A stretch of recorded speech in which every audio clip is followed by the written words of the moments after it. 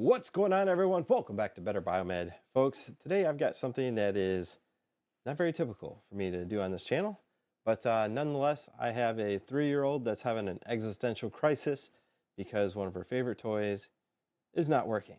And that, I'm talking about a Baby Shark telephone.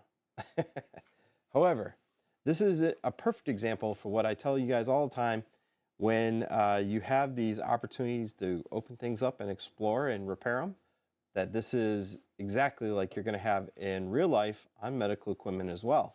So these kind of repairs, you get very good at them on something that is relatively inexpensive and less emotionally distraught as a Baby Shark phone. Then when somebody's life is on the line, you might have the skills capable of repairing them. So here we are.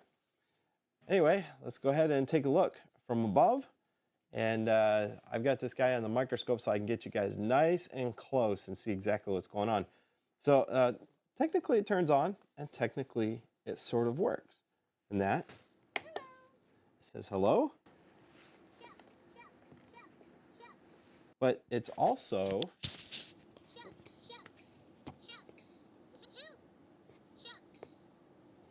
it's not indexing correctly. So I think that there's a problem with the matrix, which is each of these lines right here. That's why all keypads are designed so that they're kind of in a line, is because then what they're doing is they're sending a signal pass down in a matrix, and they kind of look like this. And when you get this signal intersecting with this signal, it knows exactly where you are on the screen. But see how it's just defaulting to whatever? That means it's not getting all the lines of code that it should, so it's just defaulting to like something over here. Some of them do work. See? Some of them do work. So what we're going to do is we're going to open this guy up. I'm going to get you guys right in close. So in case you ever wondered what's inside a Baby Shark telephone, you're about to find out. All right, let's do this, guys. So first off, I started out by putting in brand new batteries, guys, because when it comes to toys and regular household items, you're going to have problems if you don't have fully charged batteries, okay? Never troubleshoot on low batteries. And it did have low batteries inside it. So first step was to get rid of those and put in brand new batteries. Didn't change the symptom whatsoever. That's why we're here today. That's why I'm doing this video. So because it's a similar problem across the entire keyboard, I'm going to assume that it's the matrix for the keyboard, and we're going to go from there, okay? And this one here is just 5 screws.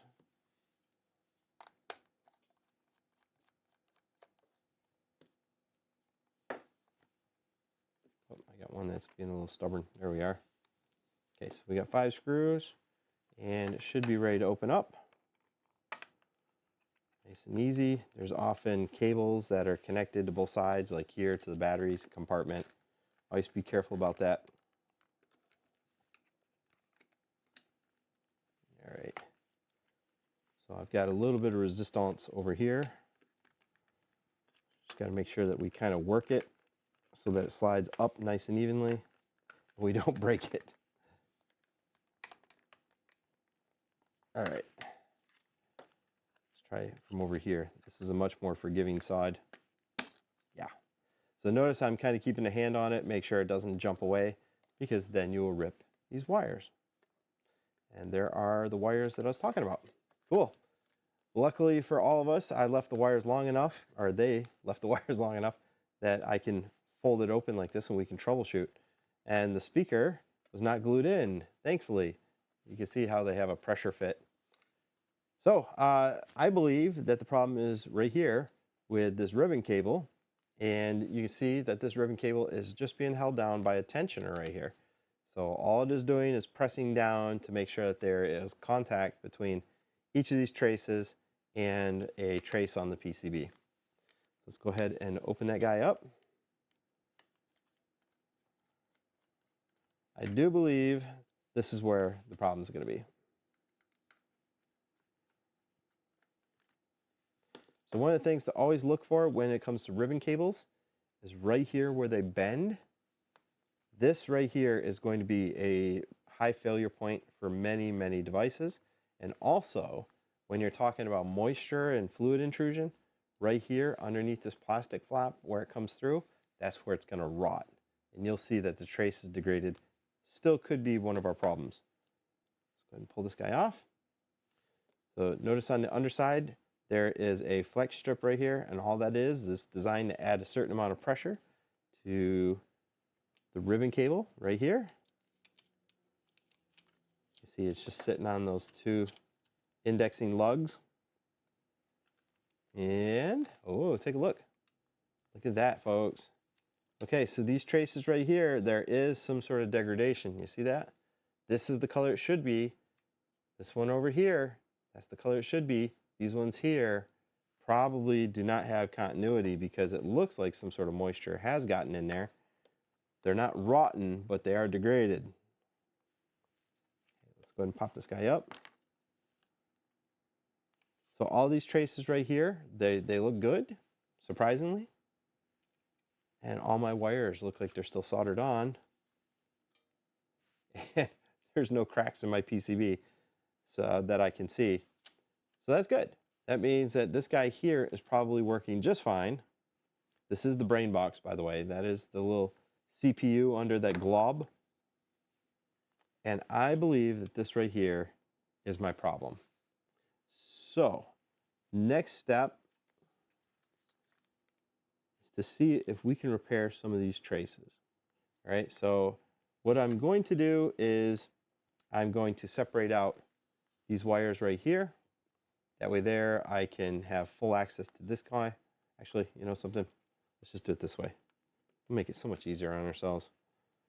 I'm going to pull out the little action button. This toy was actually designed pretty well because everything just, it's friction fit or it just pops in. Look at that.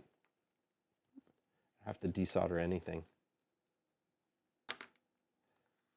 Now, this guy right here can go off to the side, and all I have to deal with is my ribbon cable. Pretty cool. All right, so I will be back in just a moment, and we will set up because we're going to start repairing some of these traces. All right, folks, so we are going to go ahead and we are going to attempt to remove this keypad from the plastic. Now, this is exactly the kind of thing that you're going to see with medical equipment or many other things. Hand controllers, this is very prevalent in hand controllers. They're going to use an adhesive to stick the control pad down to a piece of plastic. So what we got to do is we got to heat it up, and not too hot. In fact, normally I use a well-regulated temperature gun. This time here, just going to be using my Milwaukee heat gun. We're going to be shooting it and not melting things, guys. All we want to do, loosen up that adhesive, then just enough to peel it back. And I always start from corners. So it's either going to be from right here or probably from right here, just because these little corners right here are going to be the easiest thing to peel up. And then I'm going to peel it without bending it. I'm going to try and peel it that way. And we're going to go nice and slow. So, and try not to get your fingers on the underside of the adhesive, because as soon as you start sticking your fingers in there, that is when the oils from your hand start ruining the adhesive and you're stuck. So for this, I'm going to use latex gloves, or nitrile gloves rather. That way there, my finger oils do not destroy this guy. Okay, let's go ahead and let's start warming it up. Don't put the heat all in one spot. We want to heat it up across the entire keypad. As soon as you see the colors of the plastic starting to get shiny, move the heat gun. That means that you're going too slow.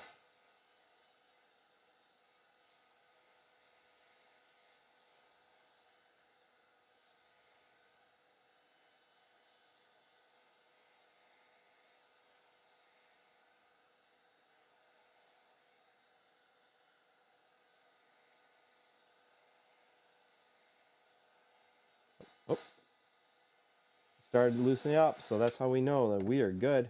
Okay, so it started lifting right here, which means this is going to be my start point. Let's go ahead and get my J hook in there. There we go. Look at that. Nice and easy, and I can see the matrix underneath. Wait, see that? So the entire decal is not coming off. It wants to just lift the outer part. That's okay. We'll just lift the outer part if that's what it wants. Because what I really want to do is I want to inspect the underside.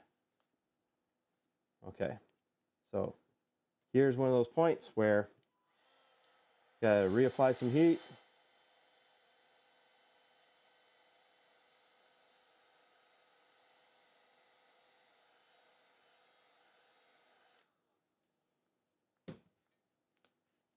Yep, there it goes. So the reason we don't want to curl it is because it'll make it impossible to get it back down later. So nice. This decal is coming off nice and easy. Nice and easy. All right. So I can see some interesting things here. We do have some sort of moisture leaking underneath this, which means all this periphery right here, you can see those rust marks. I'm going to have to go with a Q-tip and clean a lot of these areas right in here because it's probably short-circuiting some of what I was and not expecting to see under here for sure.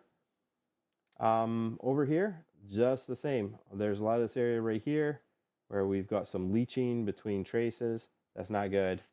Areas like this right here are almost certainly going to be shorts, or it's going to be detected as a short. Not cool, guys. I'm going to have to spend some time cleaning this bad boy. So let me go get some rubbing alcohol and some Q-tips, and then let's clean this guy up a little bit.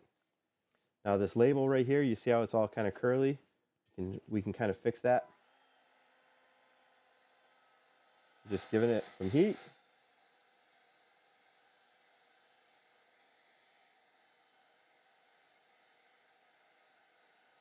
And it relaxes the plastic. You can see it there.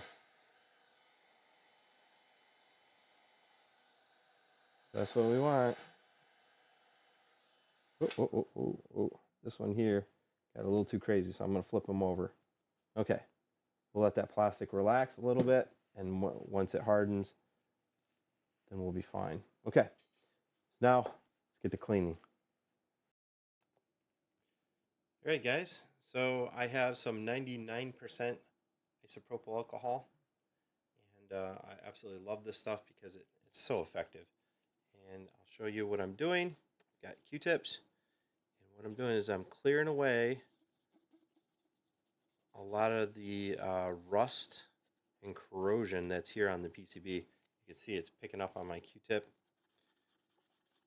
Cleaning off these contacts, because what we're doing is we're registering that one of these is getting a signal that shouldn't be sending a signal, and that's why it's giving that type of sound. So you got to clean the entire pad. There was quite a bit of corrosion on here, so I don't know if I have signal path. I mean, just because I can clean off the corrosion doesn't mean I have signal path, which is going to be more important. So that's what I'm doing. Clean it as well as I can. I haven't separated these layers or anything yet, so I guess we'll see in just a moment how well that turns out. So anyway, this is me cleaning off these matrix, and then I have a couple products that I did a video on. This one here is Keypad Fix, and I also have that Kycoat 44, and this here is to restore those traces. And you can see I got these really fine brushes, and you can paint on the trace, and it will help repair those traces. So that's what we're going to do next. So, folks, after I get a lot of this cleaned off, then we'll see how it works, and we'll test it out from there. All right, guys, next, what I'm going to do, now that I've got the keypad somewhat cleared away, is we're going to hook it up, and let's see how it works. So in order to do that, I'm going to have to put this guy somewhat back together. This is going to be the trial and error because there was a lot of rust-like corrosion on there, and it did get cleaned off for the good. So now that it got cleaned off, hopefully we get some better responses. I'm going to also clean these contact points right here.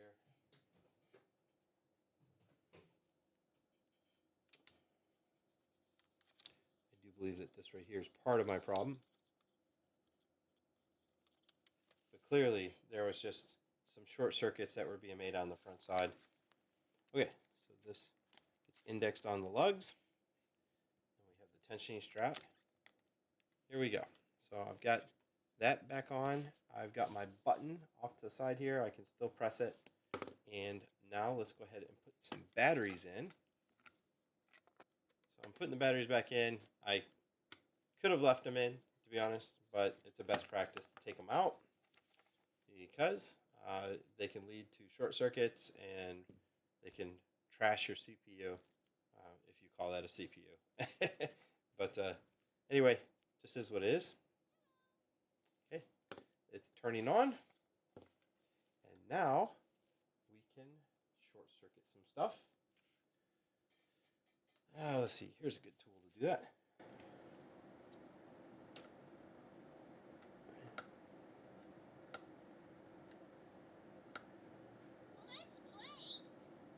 Okay, it is responding.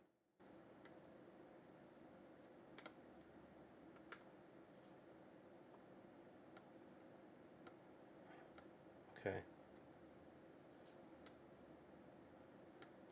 It thinks I want to play. Okay, those ones are working. Some of them are still not working. Okay. That I'm not getting a really good contact with the screwdriver.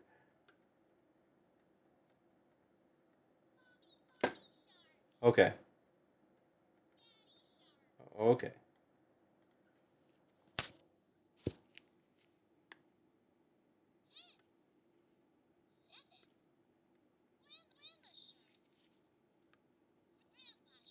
Okay. All right. That's looking really good. All right, guys.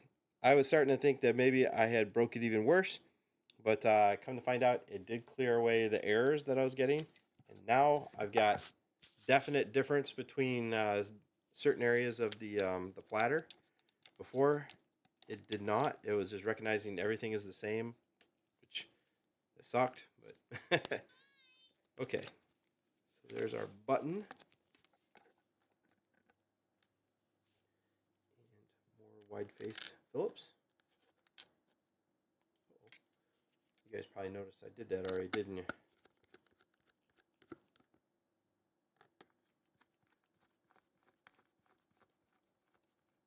There we go.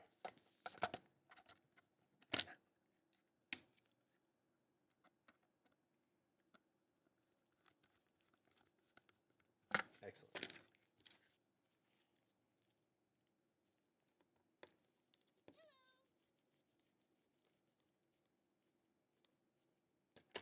Perfect.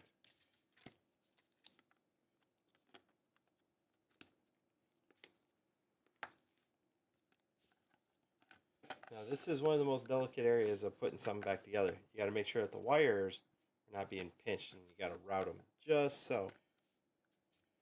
In this case, I don't want the wires to be pinched between the battery bay and this front cover. Look at that. It's matching up beautifully. And then we're going to go ahead and assemble it. Okay, now that I've got it reassembled, it'll turn on.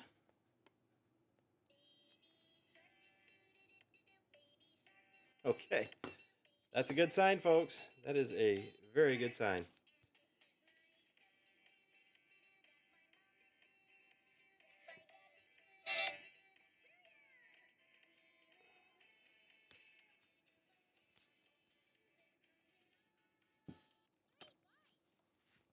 Right. We just carefully lay down all of this over top. I'm using these right down here as my index point. And then what I will do is I'll heat it up again to re-liquefy that adhesive, and then I'm going to place some weights on it to help hold it, and then we'll let it cure. That's a very important piece. A lot of people don't do that, but let's go ahead and let's see how it works.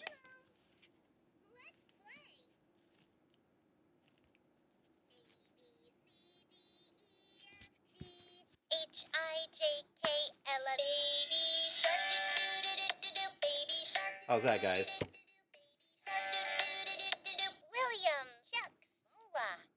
working. There we have it, guys. We don't have to throw things away. We can repair things, and in doing so, folks, you are practicing for your real career, which can always help you out in the future. You never know when you're going to need these kind of skills, and things like this inexpensive toy here. Even if I broke it, who cares? I can throw it away, and I'm pretty sure my 3-year-old will be over it. It was already broke. Remember, it's one of my rules of repair. Take the time to find out the nature of the breakage, and also to experiment with some of your tooling to make sure that you can do a proper repair in the future. Thanks for watching, guys. Hope you found this baby shark video to be informative. But nonetheless, it was a very interesting result, and I'm happy that my 3-year-old is going to be happy. Y'all have a wonderful afternoon.